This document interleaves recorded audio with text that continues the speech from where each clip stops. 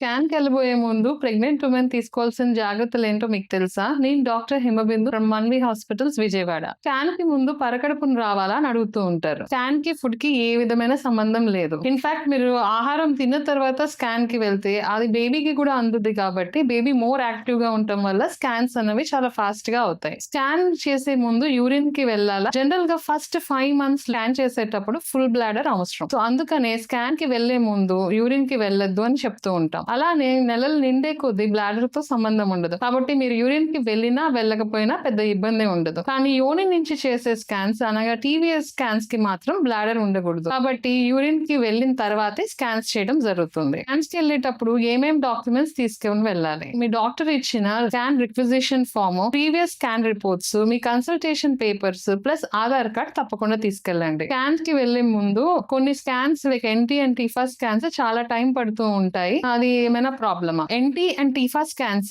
Baby position dependent scans. Baby బోర్ లో ఉంటే మాత్రం ఫ్రంట్ పార్ట్స్ కనిపించవు కాబట్టి బేబీ నార్మల్ పొజిషన్ కి వచ్చే వరకు మనం వెయిట్ చేయాల్సి వస్తుంది. అలానే ఎన్టీ తీయాలన్నా గానీ బేబీ ఆ పొజిషన్ లో లేకపోతే తీయడానికి కుదరదు. అందుకని మిమ్మల్ని తరచుగా పిలుస్తూ ఉంటారు కాబట్టి భయపడకండి, జస్ట్ సహనంగా ఉండండి. Other tips to follow: scans కి వెళ్తున్నప్పుడు కంఫర్టబుల్ అండ్ సింపుల్ డ్రెస్ వేసుకోండి. కొన్ని స్కాన్స్ టైం పడతాయి కాబట్టి మీ వాటర్ అండ్ స్నాక్స్ కంపల్సరీగా తీసుకెళ్ళండి.